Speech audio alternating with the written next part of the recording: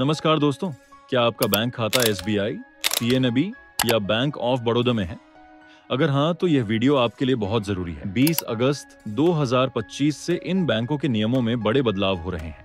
ये बदलाव आपके पैसे, आपके यूपीआई पेमेंट्स और आपके बैंक खाते को प्रभावित करेंगे। चिंता न करें, हम इन बदलावों को आसान भाषा में समझाएंगे। मिनिमम बैलेंस, यूपीआई के नए नियम और केवाईसी अपडेट, सब कुछ साफ और सरल तरीके से।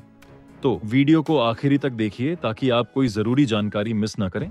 और हाँ, अगर आपको यह वीडियो पसंद आए तो लाइक, कमेंट और सब्सक्राइब जरूर करें। चलिए शुरू करते हैं। सबसे पहले अच्छी खबर, एसबीआई, पीएनबी और बैंक ऑफ बड़ौदा ने अपने सेविंग्स अकाउंट में मिनिमम बैलेंस रखने का नियम हटा दिया है।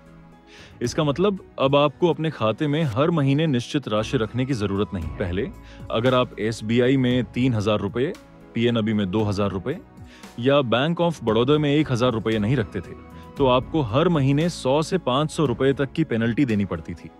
लेकिन 20 अगस्त 2025 से यह पेनल्टी खत्म हो गई। यह खबर उन लोगों के लिए बहुत फायदेमंद है जो छोटे शहरों या गांवों में रहते हैं। मिसाल के तौर पर, अगर आप एक छात्र हैं या आपकी कमाई कम है, तो अब आपको पेनल्टी की टेंशन नहीं होगी। बैंक ऑफ बड़ौदा ने भी अपने स्टैंडर्ड सेविंग्स अकाउंट्स के लिए एवरेज मंथली बैलेंस का नियम हटा दिया है। यानी अब आपको 1,000 रुपए या 2,000 रुपए का बैलेंस रखने की जरूरत नहीं है। लेकिन ध्यान दें, अगर आपके पास प्रीमियम अकाउंट है तो उसमें अलग नियम हो सकते हैं। एसबीआई ने यह कदम पहले ही उठाया था और अब पीएनबी और बैंक ऑफ बड़ौदा भी ऐसा कर रहे हैं। इससे आपका पैसा बचेगा और बैंकिंग करना और आसान हो जाएगा। अब बात करते हैं यूपीआई के नए नियमों की। अगर आप फोन पे, गूगल पे, पेटीएम या बीएचआईएम जैसे एप्स से पेमेंट करते हैं तो ये नियम आपके लिए जरूरी है। 20 अगस्त 2025 से यूपीआई के कुछ नए नियम लागू हो रहे हैं ताकि आपके पेमेंट्स और सुरक्षित और आसान हो। पहला नियम, बैलेंस चेक की सीमा। अब आप एक यूपीआई ऐप से एक दिन में सिर्फ 50 बार अपना बैंक बैलेंस चेक कर सकते हैं। अगर आप इससे ज्यादा बार चेक करते हैं तो अगले 24 घंटे तक उस ऐप से बैलेंस नहीं देख पाएंगे।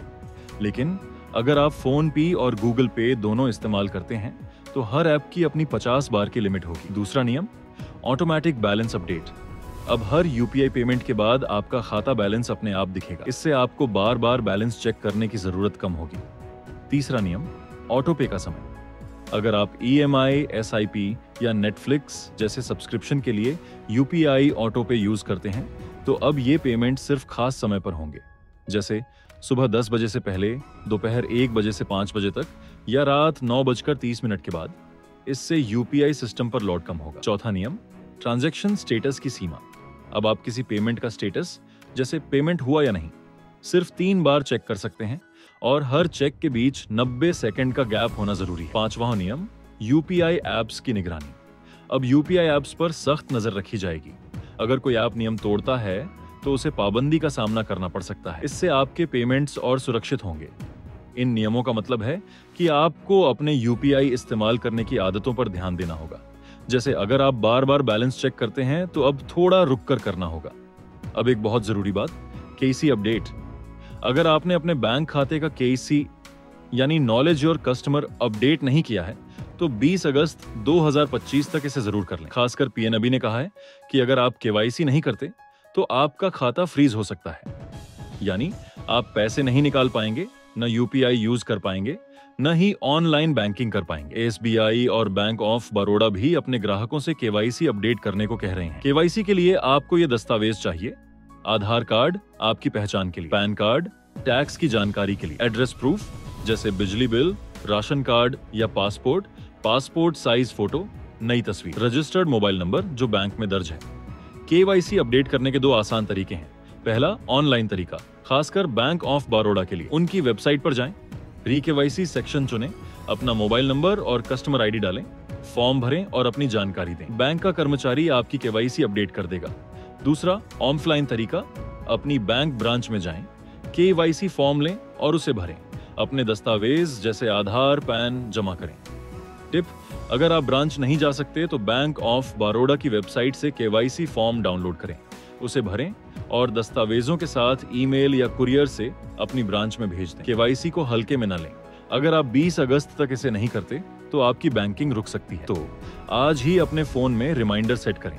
अब आपको क्या करना चाहिए? यहाँ कुछ आसान सुझाव हैं। पहला, मिनिमम बैलेंस की जानकारी लें। अपने बैंक की वेबसाइट या ब्रांच से पक्का करें कि आपके खाते पर कोई पेनल्टी नहीं है। दूसरा, केवाईसी अपडेट करें। 20 अगस्त 2025 से पहले अपने दस्तावेज तैयार करें और केवाईसी पूरा करें। तीसरा, यूपीआई पर ध्यान दें। बैलेंस चेक और स्टेटस चेक की नई सीमाओं का पालन करें। अपने पेमेंट्स को सही समय पर शेड्यूल करें। चौथा, एसएमएस और ईमेल चेक करें। बैंक जरूरी अपडेट्स एसएमएस या ईमेल से भेजते हैं, इन्हें मिस न करें। टिप: अगर आपका मोबाइल नंबर बदल गया है तो उसे बैंक में तुरंत अपडेट करें। यह केवाईसी और यूपीआई के लिए बहुत जरूरी है। तो दोस्तों, ये थे 20 अगस्त 2025 से लागू होने वाले एसबीआई, पीएनबी और बैंक ऑफ बड़ौदा के नए नियम। इनसे आपकी बैंकिंग आसान, सुरक्षित और सस्ती हो जाएगी। लेकिन इसके लिए आपको केवाईसी समय पर करना होगा।